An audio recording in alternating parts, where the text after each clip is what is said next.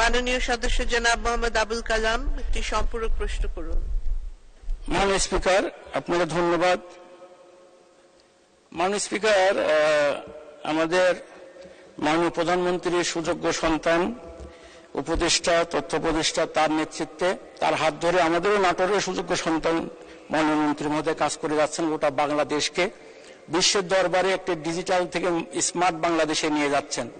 আমার প্রশ্ন যে এই ভালো 18 কোটি মানুষের যে ভালো কাজ হচ্ছে, এই ভালো কাজের মধ্যে কিছু দুষ্ট লোক এই রাত্রে হ্যাকারদের মাধ্যমে হাজার হাজার কোটি টাকা, তারা শত শত টাকা, তারা লক্ষ লক্ষ টাকা, কোটি টাকা তারা রাতারাতি তারা লুট করে নিচ্ছে, আর অসহায় মানুষগুলা কান্নাকাটি করছে। এই প্রক্রিয়াটা কি, কিভাবে এই মধ্যে দিয়ে তারা রাতেই টাকাটা নিয়ে চলে যাচ্ছে এবং কিভাবে তারা এটা করে যাচ্ছে, মামলাতেও রোধ করা যাচ্ছে না।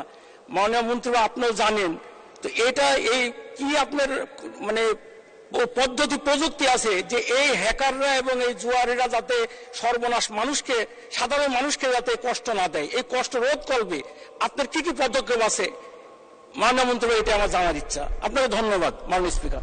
ধন্যবাদ মাননীয় সদস্য, মাননীয় প্রতিমন্ত্রী। ধন্যবাদ মাননীয় স্পিকার। মাননীয় সংসদ সদস্য মহোদয়কে আপনার মাধ্যমে ধন্যবাদ জানাই অত্যন্ত গুরুত্বপূর্ণ একটি প্রশ্ন উত্থাপন করার জন্য।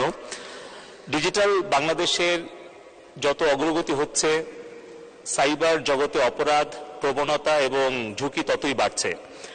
2008 সালের আগে, অর্থাৎ মাননীয় প্রধানমন্ত্রী জননেত্রী শেখ হাসিনা ডিজিটাল বাংলাদেশ রূপকল্প বাস্তবায়ন কার্যক্রম শুরুর আগে আমাদের আর্থিক লেনদেন অথবা সরকারি সেবা বলতে গেলে তেমন কোনো কার্যক্রম ছিল না, যার ফলে কিন্তু সাইবার ঝুঁকিটাও কম ছিল।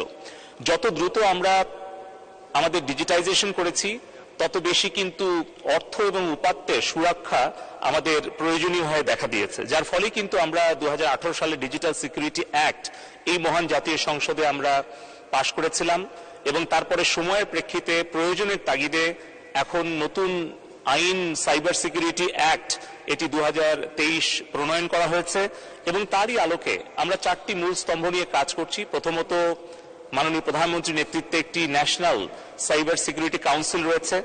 সেখান থেকে আমাদের এই জাতীয় নিরাপত্তা নিশ্চিত করার জন্য সকল আইন শৃঙ্খলা রক্ষাকারী বাহিনী এবং অন্যান্য প্রযুক্তি বিশেষজ্ঞরা কাজ করছেন।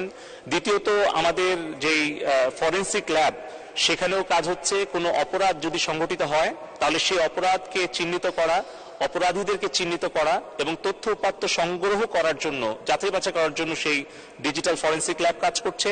আমাদের সাইবার রেসপন্স টিম আমাদের কাউন্টার টেররিজম এবং ইন্টেলিজেন্স এজেন্সি সহ অন্যান্য সংস্থার সাথে সমন্বয়ের ভিত্তিতে কাজ করছে। ইতিমধ্যে আমরা 23,000 এই ধরনের জুয়ার সাইট, পর্নোগ্রাফি সাইট, এই ধরনের অপরাধমূলক কার্যক্রমে যে সকল প্ল্যাটফর্মগুলো যুক্ত ছিল সেগুলোকে আমরা ব্লক করেছি এবং প্রতিনিয়ত প্রতিদিন আমরা 24 ঘন্টা কিন্তু আমাদের বেশ কয়েকটি টিম কাজ করছে। ফলে আমরা অনেক অপরাধ প্রতিরোধ করতে পারছি, কিন্তু এটা চলমান প্রক্রিয়া, এটা চলমান থাকবে। আমরা সেই ক্ষেত্রে আমাদের যেই 333 একটা কল সেন্টার আছে, সেখানে আমরা দেশবাসীকে অনুরোধ করব তারা যেন ফোন করে তাদের কোনো তথ্য উপাত্ত প্রয়োজন হলে বা কোনো উপদেশের প্রয়োজন হলে অভিযোগ জানাতে গেলে তারা করতে পারেন। 999 আছেন, যেখানে পুলিশকে তারা অভিযোগটা জানাতে পারেন। এবং পাশাপাশি আমাদের একটা digital-literacy.gov.bd ওয়েবসাইট আছে, যেখান থেকে প্রায় 10 লাখের উপরে ছাত্রছাত্রী তারা প্রশিক্ষণ শেষে ডিজিটাল সার্টিফিকেট পেয়েছে। আমরা সকল নাগরিককে অনুরোধ করব digital-literacy.gov.bd ওয়েবসাইটটি ভিজিট করার জন্য, যাতে করে তাদের মধ্যে একটা সচেতনতা তৈরি হয়। দ্বিতীয়ত, আমরা প্রযুক্তিগত অনেক প্রতিরোধমূলক ব্যবস্থা গ্রহণ করছি, সাথে কঠোর আইনের প্রয়োগ করার ব্যবস্থা করছি এবং আন্তর্জাতিকভাবে বিভিন্ন সংস্থার সাথে যোগাযোগ করছি যেন আমাদের অর্থ এবং উপাত্ত আমরা সুরক্ষিত রাখতে পারি। এবং আমরা নতুন আরেকটি আইন প্রণয়নের দিকে মনোযোগী হয়েছি, যেটি হচ্ছে প্রাইভেট ডেটা প্রোটেকশন অ্যাক্ট। এর ফলে আমরা আশা করছি যে এই ধরনের সাইবার অপরাধীদেরকে আমরা প্রতিরোধ করে আমাদের দেশের ব্যক্তি, প্রতিষ্ঠান এবং রাষ্ট্রীয় সাইবার নিরাপত্তা আমরা নিশ্চিত করতে পারি। ধন্যবাদ মাননীয় স্পিকার।